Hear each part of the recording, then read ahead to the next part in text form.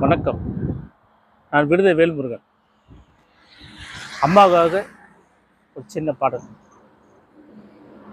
நிலையான என் தெய்வம் தாயே, என்னை நிலைக்க வைக்க பாடுபட்டவள் நீயே.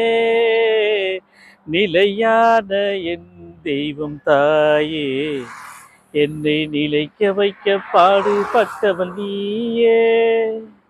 மனசார வேண்டிக்கிறேன் தாயே, மனசார வேண்டிக்கிறேன் தாயே, என்னை மறுபடியும் சுமக்க வேண்டும் நீயே.